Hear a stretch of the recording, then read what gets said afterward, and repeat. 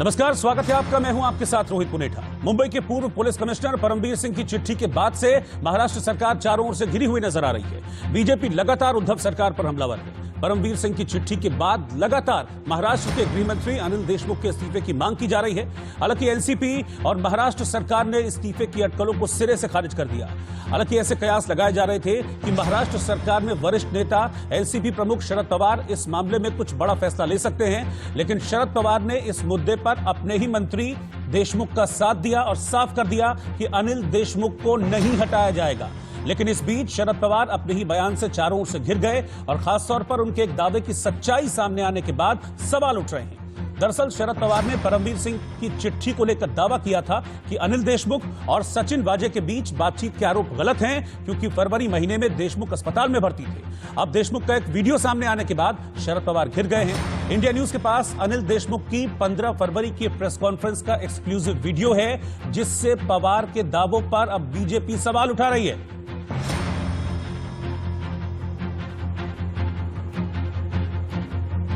और इस बीच बड़ी खबर आपको बता दें कि देशमुख के बचाव में शरद पवार नजर आ रहे हैं। एनसीपी अध्यक्ष शरद पवार ने सीधे तौर पर कहा है कि आरोप में दम नहीं है, लेकिन अपने इस दावे के बाद शरद पवार घिर गए। पवार की दलीलों की इंडिया न्यूज के वीडियो ने पोल खोल दी। 5 से 15 फरवरी तक अस्पताल में थे देशमुख, ये शरद पवार ने कहा था। लेकिन 15 फरवरी को अनिल देशमुख ने प्रेस कॉन्फ्रेंस की थी और इंडिया न्यूज के पास देशमुख की उस प्रेस कॉन्फ्रेंस का वीडियो भी है, जो आप इस वक्त अपने टेलीविजन स्क्रीन पर देख पा रहे हैं। पवार ने दावा किया था कि 5 से 15 फरवरी तक अस्पताल में थे अनिल देशमुख और 16 फरवरी से 27 फरवरी तक वो होम क्वारंटीन पर थे।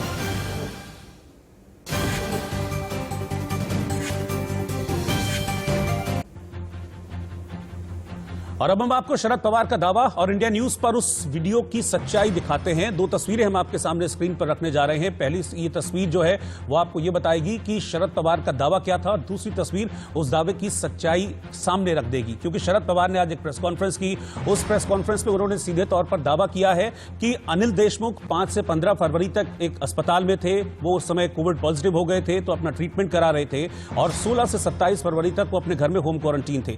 यानी कि उनका सीधे तौर पर यह कहना है कि जो परमवीर सिंह आरोप लगा रहे हैं कि वो गए थे अनिल देशमुख से मिलने, उन आरोपों में कोई भी सच्चाई नहीं है। साफ हो गई कि जिस समय में ये एलिगेशन किया था वो अनिल देशमुख हॉस्पिटलाइज थे। ये बात साफ होने के बाद ऐसे जो कुछ डिमांड है, इस डिमांड को कोई ताकत नहीं रही। 12 दिवस या हॉस्पिटलला होतो। आता 8 दिवस आता होम क्वारंटाईन डॉक्टरांनी सांगितलेलं आहे, त्यामुळे 8 दिवस होम क्वारंटाईन राहणार आहे, पण प्रकृती चांगली आहे। संजय राठोड प्रकरण महाराष्ट्रात जास्त गेल्या 4 दिवसापासून सहकारी मित्र आहे, विरोधी पक्षनेते म्हणतात की पोलिसांवर दबाव आहे, तपास कुठपर्यंत आला, काय डेव्हलपमेंट आहे, तर मुलीचा मोबाईल काय? असं आहे, कोणाच्या दबावाचा याच्यामध्ये प्रश्न नाही। संजय राठोडच्या बाबतीत नियमानुसार चौकशी होणार। और इस बीच एक बड़ी खबर आपको बता दें कि 15 फरवरी की प्रेस कॉन्फ्रेंस, जिसको आप अभी अपने टेलीविजन स्क्रीन पर देख रहे थे, उस पर अनिल देशमुख ने सफाई दी है। उन्होंने कहा कि अस्पताल के बाहर पत्रकारों ने सवाल मुझसे पूछे थे, मैंने कोई प्रेस कॉन्फ्रेंस नहीं की थी। डिस्चार्ज होने के बाद जब मैं अस्पताल के बाहर आया तो वहां पर पत्रकार मौजूद थे, मैं उन सवालों का जवाब दे रहा था। किसी तरह की प्रेस कॉन्फ्रेंस की बात से उन्होंने सीधे तौर पर इनकार किया कि मैंने कोई भी प्रेस कॉन्फ्रेंस नहीं की। अस्पताल से डिस्चार्ज हुआ था मैं 15 फरवरी को। डिस्चार्ज होने के बाद जब मैं बाहर आया, पत्रकार मौजूद थे और उनके सवालों का जवाब मैं दे रहा था। किसी भी तरह की कोई प्रेस कॉन्फ्रेंस मैंने नहीं की थी। सुनिए आप क्या अपनी सफाई में कह रहे हैं अनिल देशमुख। मला कोविड झाल्यामुळे मी नागपूरच्या अलेक्सिस हॉस्पिटलला 5 फेब्रुवारी ते 15 फेब्रुवारीच्या दरम्यान त्या हॉस्पिटलमध्ये ऍडमिट होतो। 15 फरवरीला माझा त्या हॉस्पिटलमधून डिस्चार्ज झाला। डिस्चार्ज होत असताना मी हॉस्पिटलच्या बाहेर पडत असताना हॉस्पिटलच्या गेटवर अनेक पत्रकार त्या ठिकाणी उभे होते। त्यांना काही मला प्रश्न विचारायचे होते आणि काही पत्रकारांची उत्तर देऊन लगेच गाडीत बसून होम क्वारंटाईन झालो ते 15 15 फेब्रुवारी ते 27 फेब्रुवारीपर्यंत मी होम क्वारंटाईन होतो. और परमवीर सिंह के खुलासे के बाद महाराष्ट्र की सियासत में इस वक्त भूचाल आया हुआ है और इसे लेकर आज संसद के दोनों सदनों में जमकर हंगामा हुआ.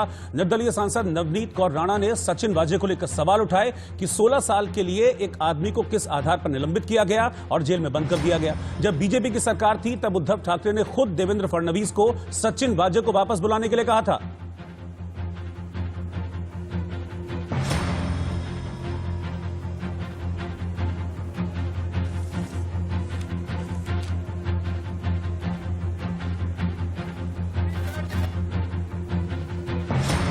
तो लगातार इस मामले में हंगामा बढ़ता जा रहा है. बीजेपी लगातार हमलावर है. बीजेपी इस्तीफे की मांग कर रही है अनिल देशमुख की. बीजेपी का यह भी कहना है कि महाराष्ट्र में राष्ट्रपति शासन लगना चाहिए. शरद पवार ने एक प्रेस कॉन्फ्रेंस भी की जिसमें उन्होंने लगभग अपनी तरफ से क्लीन चिट दे दी है इस मामले में और वो कह रहे हैं कि अभी इस्तीफे का कोई सवाल भी नहीं उठता है. मेरे साथ पूरा पैनल इस वक्त मौजूद है. मैं सीधा अपने पैनल को सबसे पहले आपसे इंट्रोड्यूस कराता हूं, फिर हम चर्चा की ओर आगे बढ़ेंगे. मेरे साथ केशव उपाध्याय जी हैं, भारतीय जनता पार्टी के प्रवक्ता हैं. ब्रजमोहन श्रीवास्तव जी एनसीपी के प्रवक्ता हैं. संजय द्विवेदी जी शिवसेना के प्रवक्ता हैं और आमोद कंठ जी फॉर्मर डीजीपी. आप सभी का बहुत बहुत स्वागत है. लेकिन सबसे पहले केशव उपाध्याय जी, आप लोग तो हंगामा कर रहे हैं लगातार और मांग कर रहे हैं अनिल देशमुख का इस्तीफा आप मांग रहे हैं. आप कह रहे हैं कि महाराष्ट्र में राष्ट्रपति शासन लगाया जाना चाहिए. लेकिन आज जो प्रेस कॉन्फ्रेंस की है एनसीपी चीफ शरद पवार साहब ने, उन्होंने सीधे तौर पर कह दिया कि आरोपों में कोई दम नहीं है, परमवीर झूठ बोल रहे हैं. बात हमने ये बता दिया. हमने माननीय देवेंद्र जी ने ट्वीट किया और सुधीर भाऊ मुनगंटीवार यहाँ के जो नेता है उन्होंने प्रेस कॉन्फ्रेंस की और ये माननीय शरद पवार के पास पूरी जानकारी सच्चाई नहीं है ये बता दिया. क्योंकि माननीय शरद पवार ने ये बता दिया था कि उस समय वो क्वारंटाइन थे, हॉस्पिटल में थे, वो कैसे मिल सकते हैं. लेकिन उनका ही ट्वीट जो खुद अनिल देशमुख ने अपने ट्विटर हैंडल से ट्वीट किया था कि जिसमें वो बता रहे हैं कि वो प्रेस कॉन्फ्रेंस बाकायदा कर रहे हैं उसी जो समय क्वारंटाइन या और जो समय वो हॉस्पिटल में थे. इस प्रकार की बात माननीय शरद पवार ने कही थी. दूसरी बात जो उन्होंने कहा फिर बाद में खुलासा किया अनिल देशमुख ने प्रेस में आके कि बोले कि नहीं वो तो मेरा लास्ट डे था, फिर मैं बाहर आया तो प्रेस पत्रकारों के साथ में बातें करते रहा. लेकिन ये भी अगर ये बात है तो वो ज्यादा गंभीर बात है क्योंकि हमारे महाराष्ट्र की एसओपी जो है वो एसओपी के तहत जब आप हॉस्पिटल से बाहर आते हो तो 7 दिन आपको क्वारंटाइन रहना पड़ता है. अगर वो सचमुच हॉस्पिटल में थे तो पहले तो 15 तारीख का जिस तारीख का उनकी प्रेस है उस तारीख का वो रिपोर्ट शरद पवार तो उस पे बोला ना उन्होंने, शरद पवार ने प्रेस कॉन्फ्रेंस में कि भाई उनके पास तो सारे पेपर्स हैं कि वो 5 से 15 फरवरी तक अस्पताल में थे, 16 से 27 तक वो होम क्वारंटीन थे, सारे पेपर्स हैं उनके पास. मैं आपको वही बोल रहा हूँ. शरद पवार जी को एक तो आधा इंफॉर्मेशन है या इंफॉर्मेशन है ही नहीं, उनको जानबूझ के दिया नहीं जा रहा है. क्योंकि महाराष्ट्र में एसओपी ऐसा है, कोरोना का एसओपी है कि आप जब हॉस्पिटल से बाहर आते हो तो 7 दिन आपको क्वारंटाइन होना पड़ता है. ये तो ज्यादा सीरियस बात है. ऐसे जिन्होंने महाराष्ट्र में अरेस्ट हुआ है, जिस लोगों ने इस प्रकार का नहीं किया उनको अरेस्ट. लेकिन वो तो एक अलग मसला है ना, वो एक अलग मसला है कि ठीक है एसओपी जो है उसको फॉलो नहीं किया गया. लेकिन जो बात जो मसला जो इसका चल रहा है, जो परमवीर सिंह के लेटर का मसला चल रहा है उसमें तो जस्टिफाई कर दिया ना उन्होंने खुद को. इस प्रकार का सब जो इस प्रकार से लिपाथोपी जिसको बोलते हैं किसी भी हालत में उसको छुपाना है, ये क्यों हो रहा है ये हमारा सवाल है. क्योंकि आपके मन में झूठ है, आपने कुछ झूठ किया है, परमवीर से इनके सवाल पे आपको जवाब नहीं देने आ रहे हैं, इसीलिए आप इस प्रकार के झूठे बातें प्रेस में कर रहे हैं. जो सच्चाई है वो हम सामने ला रहे हैं, ये हमारी बात कहने का है. तो सच्चाई सामने आएगी कैसे ब्रजमोहन श्रीवास्तव जी? सवाल यह है कि सच्चाई कैसे सामने आएगी?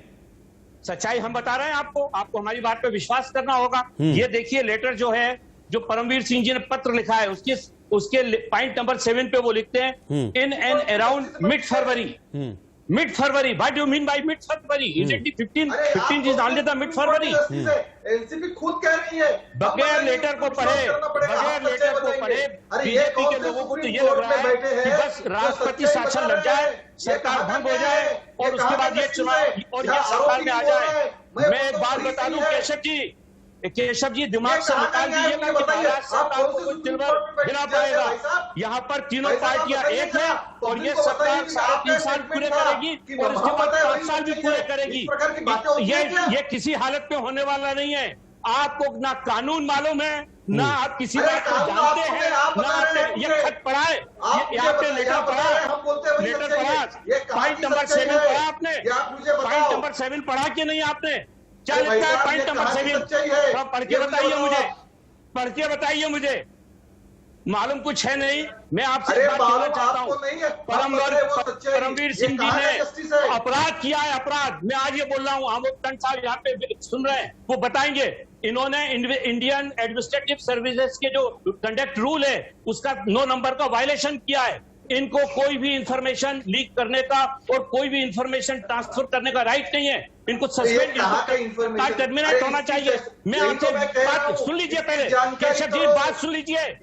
अपराधियों का साथ मत दीजिए, कानून तोड़ने वाले लोगों का साथ मत दीजिए। आप भी कभी सत्ता में थे, कभी फिर सत्ता में आओगे, आप फिर कभी सत्ता में आएंगे।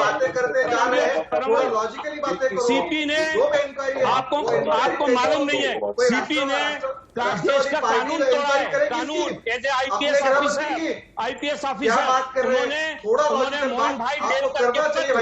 मोहन भाई डेलकर के पत्र उन्होंने देवेंद्र फडणवीस को दिया है, जो उनको देने का अधिकार नहीं था। उन्होंने सीडीआर की कॉपी देवेंद्र फडणवीस को दी है, जिसका कि उनको अधिकार नहीं था।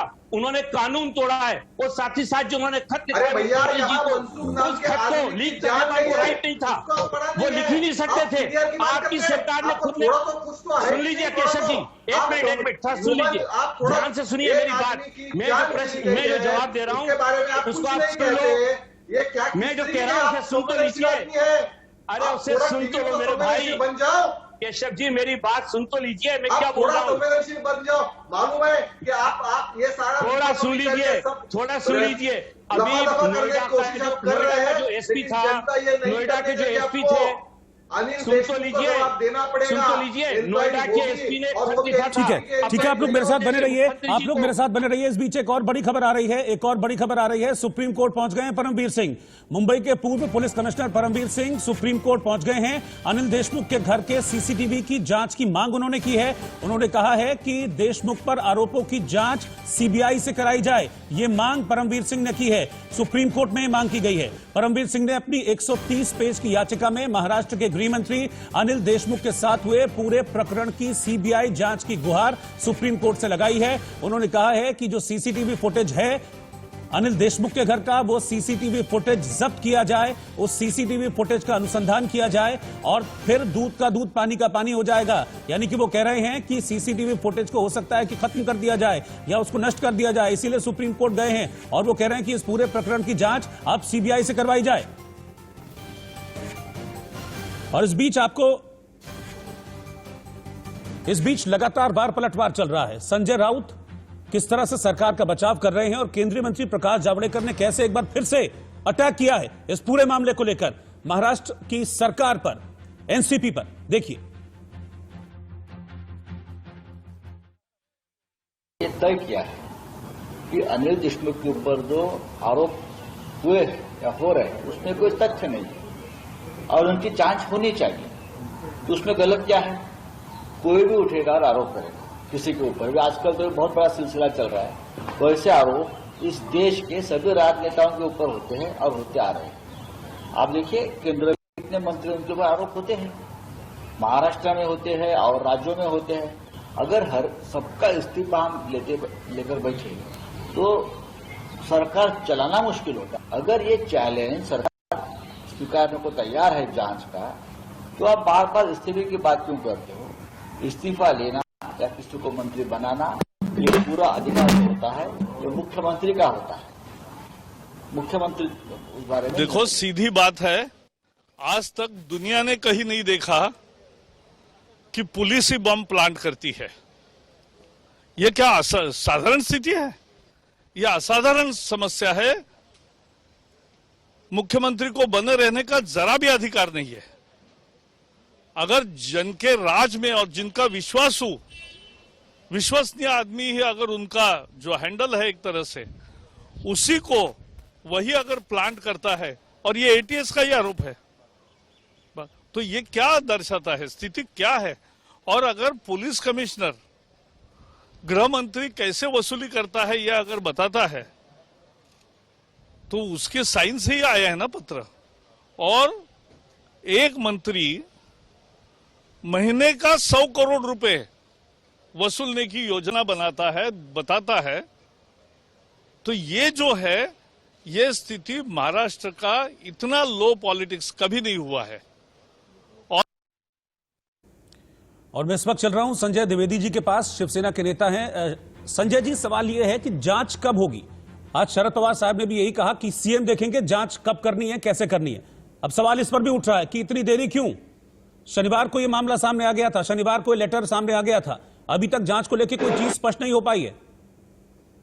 जी, मैं अपनी बात शुरू कर रहा हूँ। भारतीय जनता पार्टी कितना भी षड्यंत्र कर ले, कुछ भी कर ले, सरकार 5 साल 10 साल 15 साल की सरकार चलेगी। ये बिल्कुल भाजपा अपने गांठ बांध के बैठ ले। अभी माननीय देवेंद्र फडणवीस प्रधानमंत्री गृह मंत्री से मिल गए थे, जो उन्होंने वक्तव्य नहीं दिया, ये मिलने गए थे, लेकिन जो सूत्र बता रहे हैं वो स्पष्ट बता रहे हैं। उनसे कह दिया कि अगर सरकार गिरा सकते हो तो गिरा लो, और नहीं तो फिर अपना हम दूसरे आदमी को चार्ज देते हैं। अच्छा। उसी के बाद देखिए लेटर का बम फूटा, लेटर का बम फूटा। और इससे पहले भी एसआईआर केस में 3 महीने आप लोगों ने बड़ी चैनल के माध्यम से बड़ी डिबेटें हुई थी, बड़े आरोप लगे थे माननीय उद्धव ठाकरे के ऊपर, माननीय पूरी सरकार के ऊपर आरोप लगे थे, कि मुंबई पुलिस के ऊपर आरोप लगे थे, लेकिन आखिरी में नतीजा निकला। जांच करवा के साफ कर दीजिए ना सर, जांच करवा के चीजों को साफ कर दीजिए। सीएम अब तक चुप हैं इतने बड़े मामले में, सरकार पर सवाल उठ रहे हैं। उस लेटर में तो उन्होंने ये भी लिखा ना, परमवीर सिंह ने उस लेटर में ये भी लिखा कि मैंने उद्धव ठाकरे को वर्षा बंगले पर इस बारे में बताया था, मैंने शरद पवार को भी इस बारे में बताया था। आप असल बोलने नहीं देते, बोलने दीजिए। मैं सवाल कुछ पूछ रहा हूं, आप बात जवाब कुछ दे रहे हैं ना सर, इसलिए मुझे इंटरफेयर करना पड़ेगा। मैंने आपसे पूछा जांच कब हो रही है, आपने कहा यहाँ ये हो रहा है, वहां वो हो रहा है, आपने ये नहीं बताया कि जांच कब हो रही है। नहीं, आप जवाब कर रहा हूँ। देखिए, उन्होंने जो लेटर दिया है वो माननीय उद्धव जी ठाकरे के पास, माननीय मुख्यमंत्री के पास पहुंचा है, उस पर निर्णय लेंगे। दूसरा, उस लेटर से जो है जितने भी तथ्य निकल रहे हैं, जितने भी उन्होंने आरोप लगाए, वो कहीं भी ठीक नहीं रहे। आप समझिए, किसी को आरोप लगाता ना, इसी तरह से माननीय प्रधानमंत्री पर जो रिजर्व बैंक के गवर्नर थे, उन्होंने आरोप लगाए थे कि जो अर्थव्यवस्था डाउन हुई है, माननीय प्रधानमंत्री का दोष है। 90 में भी एक IPS में जब मुख्यमंत्री थे, माननीय मोदी आरोप लगाए थे। उत्तर प्रदेश में मतलब जांच नहीं करवाएंगे आप? लेकिन हर आरोप पे अगर आदमी जांच नहीं करवाएंगे आप तो संविधान नहीं रहेगा ना, तो संविधान कहाँ रहा? मैं ये थोड़ी ना कह रहा हूँ कि सर इस्तीफा दिलवाइए, मैं कह रहा हूँ जांच करवाइए ना। मानती नहीं है भाई, संविधान जब भारतीय जनता पार्टी मानती नहीं है, जहां देखो वहां सरकारें गिराती है, जहां देखो वहां पे राष्ट्रपति शासन लगाने की मांग करती है। तो इस तरह की जो हरकतें भाजपा कर रही है, ये देश हित में नहीं है। आप मुझे स्पष्ट बता दीजिए, मुझे स्पष्ट बता दीजिए कि जो भी हुआ है, जो भी लेटर दिया गया है सुशांत सिंह राजपूत में, जो भी जांच हुई, क्या उस लेडी सिद्ध हुआ? उसका एनसीबी में जरूर चली। आज इन्होंने काम क्या किया? जांच चल रही थी जिलेटिन की, पुलवामा में 2 साल से जांच चल रही है, क्या हुआ? मैं सिर्फ पूछ रहा हूँ, आधार पे मैं पूछ रहा हूँ कि उस पर क्या होगा। ठीक है, मेरी बात ठीक है। मेरे साथ एक बहुत ही सीनियर आईपीएस अफसर, बहुत सीनियर आईपीएस अफसर, फॉर्मर डीजीपी आमोद कंठ साहब भी हैं, मैं उनके पास चल रहा हूं। आमोद सर, क्या इस मामले में जांच नहीं होनी चाहिए? अभी तक 2 दिन हो गए हैं इस पूरे प्रकरण को। एक बहुत सीनियर आईपीएस जो अभी भी एक्टिंग है उस स्टेट में, डीजी होमगार्ड्स के पद पर हैं, वो अगर इस तरह के आरोप लगाते हैं एक चिट्ठी पर, तो क्या जांच इसकी नहीं होनी चाहिए? और अगर एक सीनियर आईपीएस इस तरह के आरोप लगाता है तो कितना गंभीर मामला हो जाता है? देखिए, ये तो मैं बस न्यूज़पेपर को देख रहा हूँ, पढ़ रहा हूँ, समझ रहा हूँ जी। और जो मेरे मन में बात आती है एक सीनियर पुलिस ऑफिसर की हैसियत से, जो मैंने पूरे जीवन में बहुत सारे केस इन्वेस्टिगेट किए जी। अभी हाल में अपने तमाम एक्सपीरियंस पे मेरी मेमोइर्स पब्लिश हुई है, खाकी इंडस्ट्री स्टॉर्म, जिसमें कि इस ढंग की बहुत सारी समस्याओं को मैंने देखा है। देखिए, ऐसा है जी। इसके अंदर जो मुझे बात नजर आती है कि कुछ भी जांच के दायरे से बाहर नहीं है और ना हो सकती है। अभी फिलहाल जो इन्वेस्टिगेशन शुरू हुई और इसमें ये खुल के सामने बात आई कि ये सचिन वैज नाम के जो एक असिस्टेंट इंस्पेक्टर पुलिस जी। अब सब सवाल उठता है कि एक असिस्टेंट इंस्पेक्टर पुलिस की कोई खास हैसियत तो होती नहीं है, सैकड़ों की संख्या में इंस्पेक्टर पुलिस होते हैं, क्यों इनको इतने इंपॉर्टेंट काम में लगाया गया, क्यों यही लग रहे हैं, ये बात मेरी समझ में नहीं आ रही है। ये एक ब्रॉड मैं बात कह रहा हूँ। दूसरी बात है कि ये पर्टिकुलर ऑफिसर, इनका नाम बार बार आ रहा है ना, मतलब इस पूरे के पूरे प्रकरण में अगर कमिश्नर पुलिस ये कह रहे हैं, पुराने कमिश्नर पुलिस अगर ये कह रहे हैं कि Sachin was was one of the persons, यानी इनके अलावा दूसरे ऑफिसर भी थे जिन लोगों के माध्यम से बहुत बड़े पैमाने पे पैसा कलेक्ट करने की एक जिम्मेवारी दी गई थी, इन लोगों को दी जा रही थी जी होम मिनिस्टर के माध्यम से, आप ऐसा कह रहे हैं। अब सवाल ये उठता है कि ये लोग जो व्यक्ति हैं जिनका ये काम है, अब 2004 के समय, इसके पहले ये एनकाउंटर करते रहे ये तमाम लोग, और इनकाउंटर मैं उसके बहुत ज्यादा खिलाफ हूँ। मैं गैलेंट्री अवार्ड विनर हूँ, मैं डीजी पुलिस रह चुका हूँ, लेकिन फिर भी मैं समझता हूँ कि अधिकतर इनकाउंटर फॉल्स होते हैं। 80% इनकाउंटर्स फॉल्स होते हैं, और वो फॉल्स इनकाउंटर का क्या मतलब होता है, वो मर्डर है, इसके अलावा कुछ नहीं होता है जी। तो सवाल ये उठता है कि इन तमाम चार्जेस के माध्यम से 2004 में जाके वो नौकरी से निकल गए। 2008 के बाद ये इन्होंने सुना कि इन्होंने कोई पॉलिटिकल पार्टी ज्वाइन कर लिया। 2020 में अचानक का फैसला करते हैं कि इनको वापस लेते आए कोविड के नाम से, और कोविड के नाम से वापस लाते हैं, और फिर इनको आप एक इंटेलिजेंस यूनिट में डाल देते हैं। तो मेरा ये कहने का मतलब ये है कि एक सीनियर पुलिस ऑफिसर, मैंने इतने सारे केसेस इन्वेस्टिगेट किए, सीबीआई मैंने काम किया हुआ है, मैं जानता हूं कि इस ढंग के बैकग्राउंड के किसी व्यक्ति को इस ढंग से ट्रीट करना या सामने लाना, इंपॉर्टेंट जगह पे डालना नहायत ही गलत है। पहली बात तो ये है। अब एक उसकी तरफ से एक तो बात ये है, एक हिस्सा ये है, और अब एनआईए के पास इसकी इन्वेस्टिगेशन है। देखिए, बॉम्बे पुलिस भी इन्वेस्टिगेशन बहुत अच्छा कर सकती है, वो भी सारी सच्चाई को सामने ला सकती है। एनआईए आ गई तो वो एक प्रकरण, इसका जो एक टेररिस्ट लिंक है या एक्सप्लोसिव की कहानी है, वो तमाम चीजों की वो इन्वेस्टिगेशन करेंगे। किसी ने रोका नहीं है कि इस इन्वेस्टिगेशन के दौरान और डिपार्टमेंटल एक्शन के तौर पे बॉम्बे पुलिस इन तमाम चीजों को इंक्वायरी कर ले। देखिए, पब्लिक इंक्वायरी करने की जरूरत नहीं है। कमिश्नर ऑफ पुलिस ने ये होम मिनिस्टर के खिलाफ जो अपना एक चिट्ठी लिखी है उसको पब्लिक में डाल दिया जी। बात सही है कि इस ढंग की चीज तो मिसकंडक्ट मानी जाती है, कंडक्ट तो उसके खिलाफ है कि आप किसी भी कॉन्फिडेंशियल इंफॉर्मेशन को, जो ऑफिशियल सीक्रेट है, उसको आप सामने खड़ा कर दें हर जगह। कोई भी पुलिस ऑफिसर से ऐसी उम्मीद नहीं की जाती है कि वो सारी बात को पब्लिक डोमेन में ला दे जी।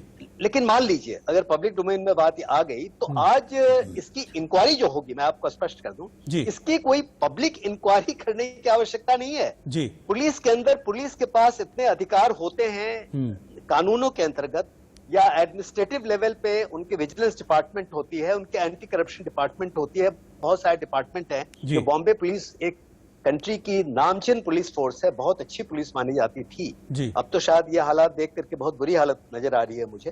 तो सवाल ये है कि इसकी इंक्वायरी तो होनी ही है जी। इसकी इंक्वायरी अपने आप ही हो जाएगी, और नहीं होती तो बहुत गलत बात है। अगर कोई एलिगेशन लगाया तो उसकी इंक्वायरी, लेकिन इसके पहले जिन लोगों ने एलिगेशन लगाया, जिन अफसर्स का नाम आ रहा है, उनके बारे में भी पूरी इंक्वायरी होनी चाहिए। बिल्कुल।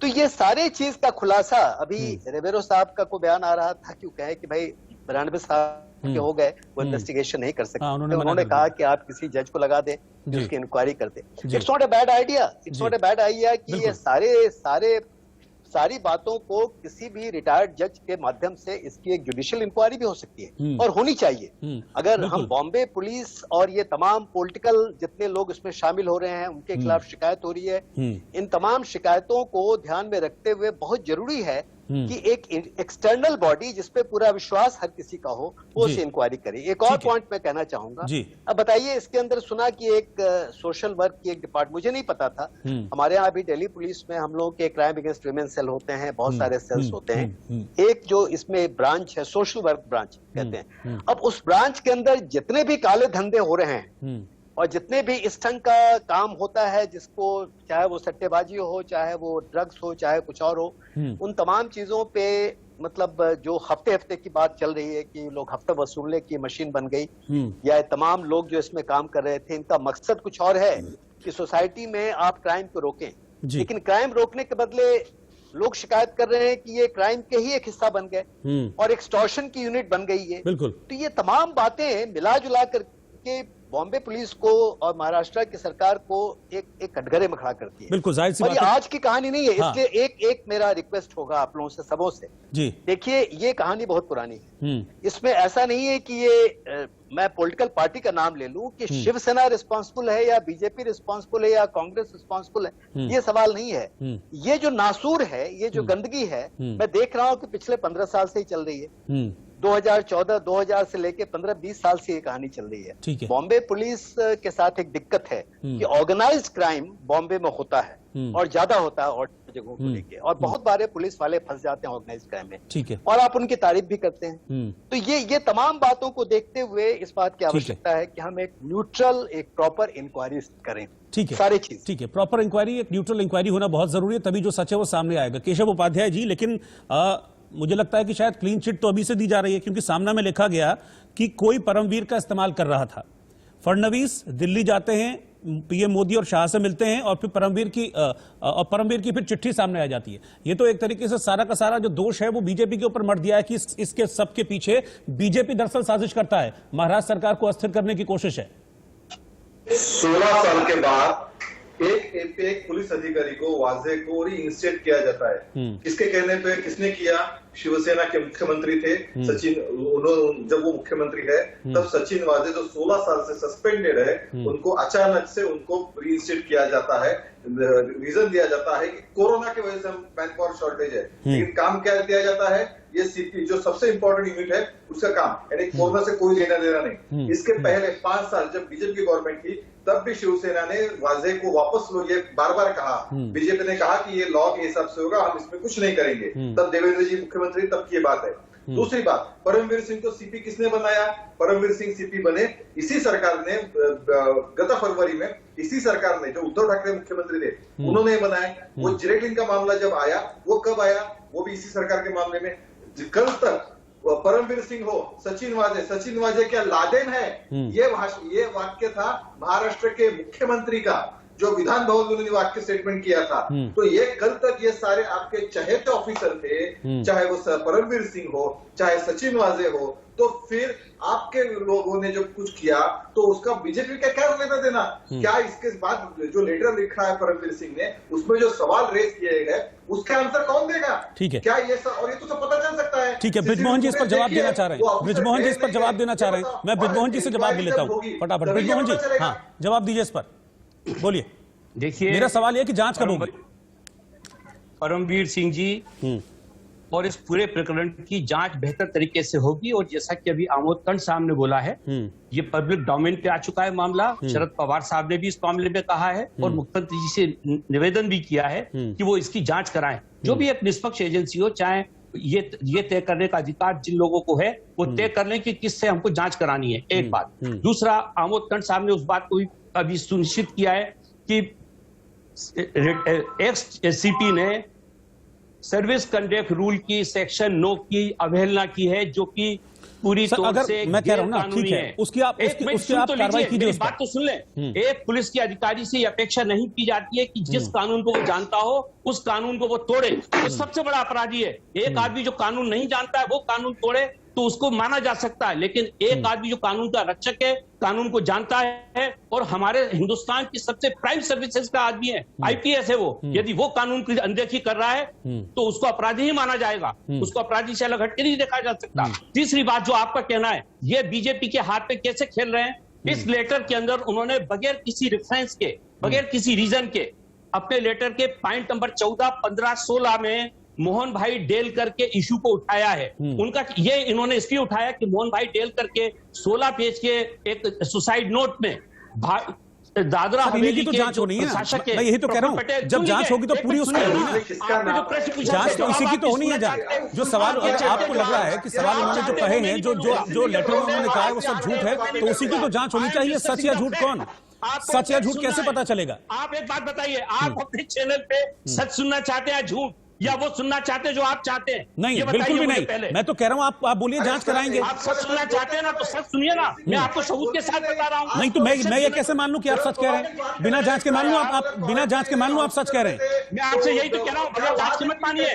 आप किसके, अच्छा एक बात बताइए, आप सारा बहस किसके पत्र पे कर रहे हैं?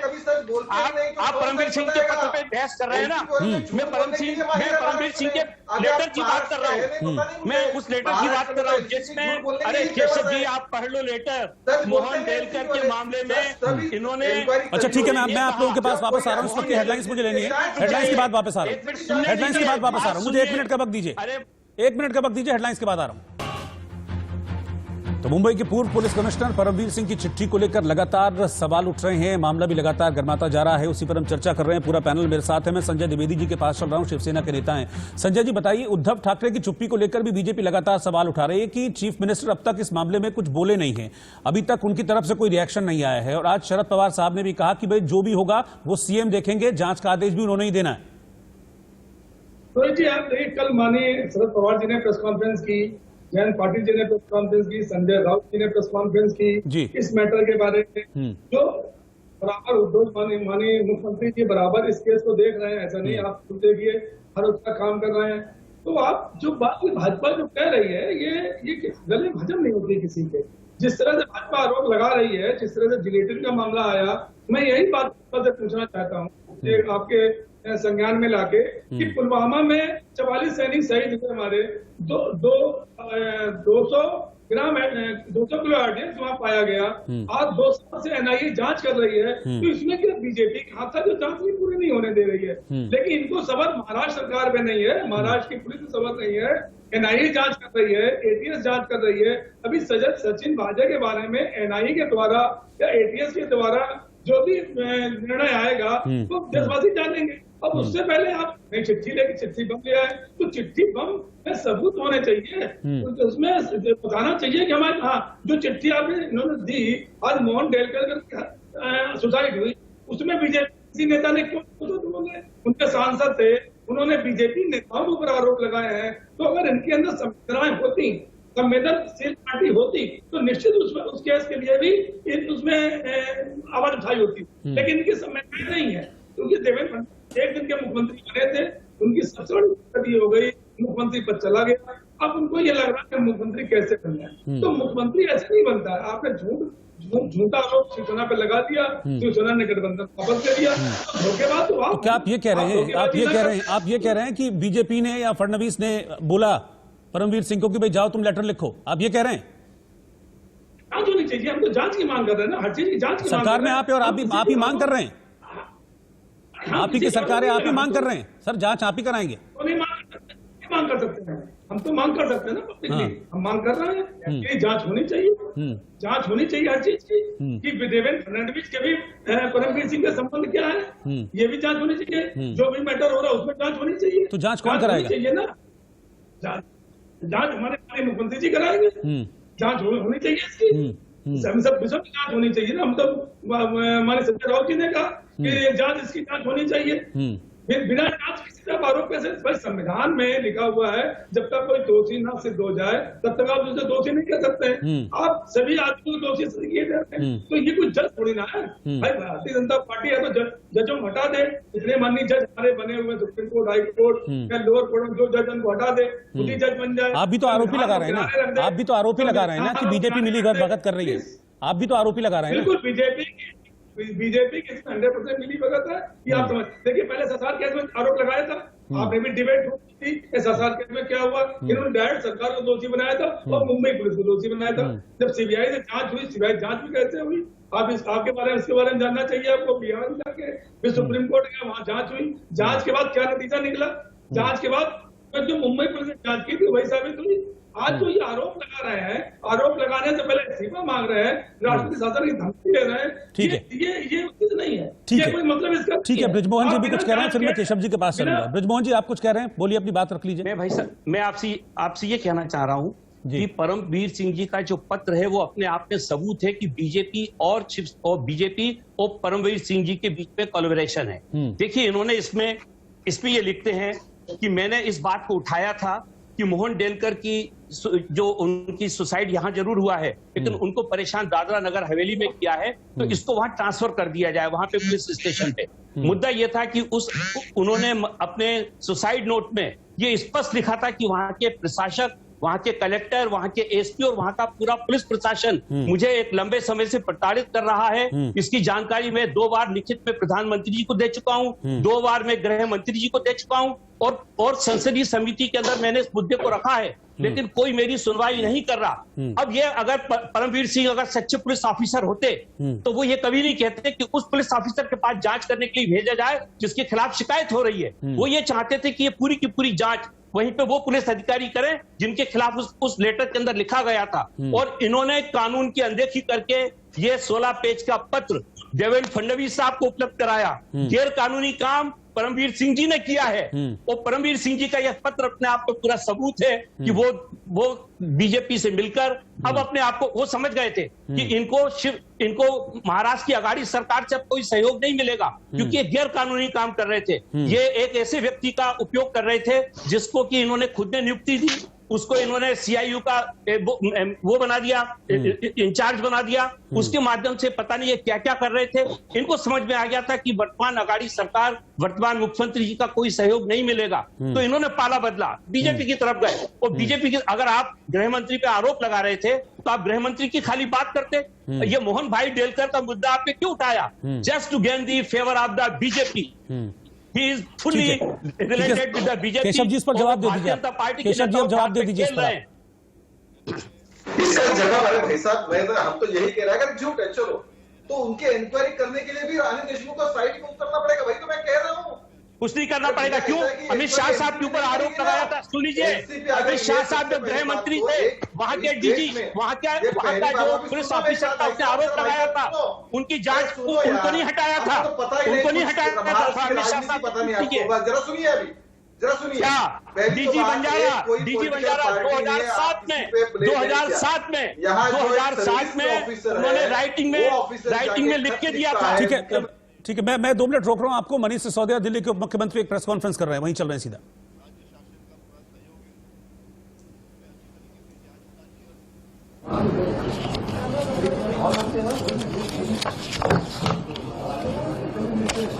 हेलो,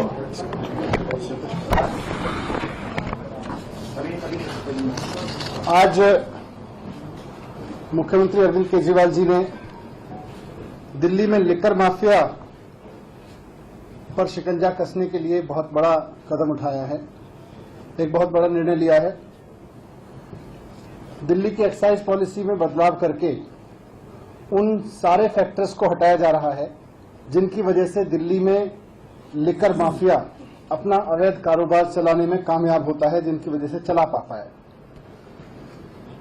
इसकी बैकग्राउंड यह है कि आपको सूचना भी है उसकी कि कुछ महीने पहले दिल्ली में एक्साइज डिपार्टमेंट में एक एक्सपर्ट कमेटी बनाई गई थी कि दिल्ली के लिकर सिस्टम को क्लीन करने के लिए, दिल्ली में लिकर ट्रेडिंग के एक्सपीरियंस को ठीक करने के लिए और खरीदने के एक्सपीरियंस को ठीक करने के लिए, और जो इतना इलिसिट इधर उधर बिकता रहता है, रेवेन्यू लीकेज हो रही है, इसको ठीक करने के लिए एक एक्सपर्ट कमेटी बनाई थी।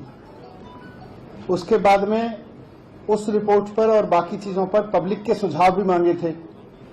14,700 कमेंट्स पब्लिक की तरफ से आए, जनता के पास से आए और एक्सपर्ट कमेटी की रिपोर्ट आई। उसके बाद मुख्यमंत्री जी ने ग्रुप ऑफ मिनिस्टर्स बनाया था कैबिनेट में, जिसमें ये तय हुआ था कि एक्सपर्ट कमेटी की रिपोर्ट और 14,700 सजेशंस हैं और जो एग्जिस्टिंग सिस्टम है उसको डीपली स्टडी करके जो रिक्वायर्ड रिफॉर्म है उनको सजेस्ट करे। तो आज ग्रुप ऑफ मिनिस्टर्स की रिकमेंडेशंस कैबिनेट के सामने रखी गई थी और उन रिकमेंडेशंस को स्वीकार करते हुए अरविंद केजरीवाल जी के नेतृत्व में सरकार ने उनको स्वीकार करते हुए अब एक्साइज पॉलिसी बनाने का काम शुरू कर दिया है। तो ग्रुप ऑफ मिनिस्टर्स की रिकमेंडेशंस को स्वीकार कर लिया गया है। उसमें क्या क्या है मेजर, उससे पहले मैं थोड़ा सा आपको दिल्ली के लिकर सेक्टर की, दिल्ली में लिकर के डिस्ट्रीब्यूशन और सेल की एक वर्तमान तस्वीर दिखाना चाहता हूं। ये आप देखें तो ये जो मैप है दिल्ली का, इसमें आपको ब्रॉडली 2 कलर दिखाई दे रहे हैं, रेड और ब्लू। तो ये जो रेड है, डार्क रेड या लाइट रेड, बेसिकली ये दिल्ली में ऐसा एरिया है जहां शराब की दुकान बिल्कुल नहीं है या एक दुकान है, अनसर्व्ड है। डार्क रेड जितना है वो अनसर्व्ड है और जो लाइट रेड है वो अंडर सर्व्ड है, जिसमें केवल शराब की एक दुकान है, वैसा ये एरिया है। तो इसको और दूसरा जो ब्लू है, ब्लू एरिया वो है जो ओवर सर्व्ड है। तो दिल्ली में अगर देखें तो या तो दिल्ली के कुछ इलाके ओवर सर्व्ड हैं और दिल्ली के ज्यादातर इलाके अनसर्व्ड हैं। या बहुत बुरी तरह से अंडर सर्व्ड हैं। उसकी वजह से दिल्ली में शराब माफिया अपनी जगह बना पाया है। सबसे बड़ा कारण उसमें यह है। मैं इस मैप को थोड़ा सा और एक्सप्लेन कर देता हूं। दिल्ली में आप सबको पता है 272 वार्ड्स हैं, तो इन 272 वार्ड्स में से 80 वार्ड्स ऐसे हैं, 79 वार्ड्स ऐसे हैं जहां जीरो शॉप है, एक भी शॉप नहीं है। ये डार्क रेड जो है वो आपको एरिया दिखाया है।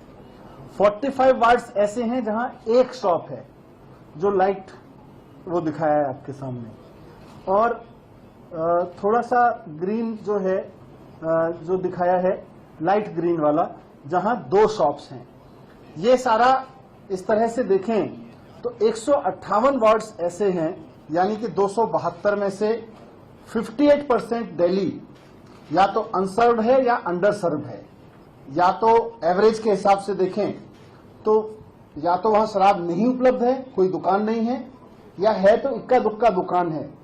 ऐसे में ही सारा अवैध कारोबार चलता है शराब का। दूसरी तरफ जो प्योर ग्रीन एरिया है उसको आप देखेंगे तो वो हम मान रहे 3 एवरेज अगर किसी वार्ड में दुकानें हैं तो वो जनरल है। केवल 8% ऐसा है जो नॉर्मली सर्व्ड है। स्लाइटली ओवर सर्व्ड 4 से 5 दुकानें हैं जहां पे वो थोड़ा सा ग्रे एरिया है, हल्का सा लाइट ब्लूइश। ये आप देखेंगे तो 37 वार्ड्स ऐसे हैं। इंटरेस्टिंग है कि इसमें 6 से 10 या मतलब 6 दुकानों से ज्यादा और किसी में तो 10 से ज्यादा दुकानें हैं। 54 वार्ड्स ऐसे हैं, यानी कि 20% दिल्ली ओवर सर्व्ड है। तो उसका नुकसान ये हो रहा है कि एक तरफ तो अवैध कारोबारी अपना काम चला रहे हैं, घरों में, गोडाउन्स में, दुकानों में अवैध शराब बेच रहे हैं। दूसरी तरफ कुछ इलाके ऐसे हैं जहां हम भी जानते हैं, हम बात भी करते रहते हैं आपस में, कि एक एक गली में 2-2, 3-3 दुकानें हैं। यहां तक कि कुछ मॉल्स ऐसे हैं जहां 8-8, 10-10 दुकानें तक हैं शराब की, और वो खुलती चली गई। तो ये एक तस्वीर है दिल्ली के सिस्टम की जो मैंने आपके सामने रखी।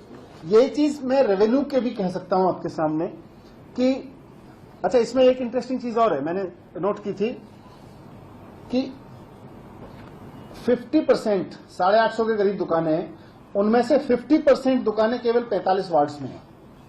तो आधी दुकानें जो लिकर शॉप्स हैं वो तो 45 वार्ड्स में ही हैं। तो इस तरह से बहुत ही अनइक्वल सर्विंग ऑफ लिकर की वजह से बहुत सारे इलाके ऐसे रह जा रहे हैं जो या तो ओवर सर्व्ड हैं या एकदम सर्व नहीं है। रेवेन्यू का देखें तो 50% रेवेन्यू जो है वो 189 शॉप से आ रहा है और 46 वार्ड से आ रहा है। तो ये भी एक बताता है कि बाकी सब जगह से चोरी हो रही है। लिकर कंजम्पशन तो सब जगह हो रहा है, ऐसा नहीं है कि लिकर कंजम्पशन नहीं हो रहा है। तो बाकी इलाकों में लगातार चोरी हो रही है। ये मैं थोड़ी सी तस्वीर आपके सामने रखना चाहता था ताकि मैं आपको बता सकूं कि हो क्या रहा है दिल्ली में, हो क्या रहा है। इसी क्रम में एक चीज और आपके सामने रखना चाहता हूं कि अभी तक हम लोग कोशिश करते रहे कि एक्साइज डिपार्टमेंट की सख्ती से इसको कंट्रोल में लाया जाए। तो दिल्ली में नई लिकर पॉलिसी को लेकर दिल्ली के उप मुख्यमंत्री मनीष सिसोदिया जानकारी दे रहे थे। उन्होंने बताया कि एक अनइवन डिस्ट्रीब्यूशन है शराब की दुकानों को लेकर दिल्ली में, उसको इवन करने की कोशिश की जा रही है और इससे जो शराब माफिया है उस पर भी लगाम लगेगी। इसी को लेकर दिल्ली सरकार नई लिकर पॉलिसी लाने जा रही है। उसी के बारे में ये प्रेस कॉन्फ्रेंस थी। एक ब्रेक के लिए रुक रहे हैं।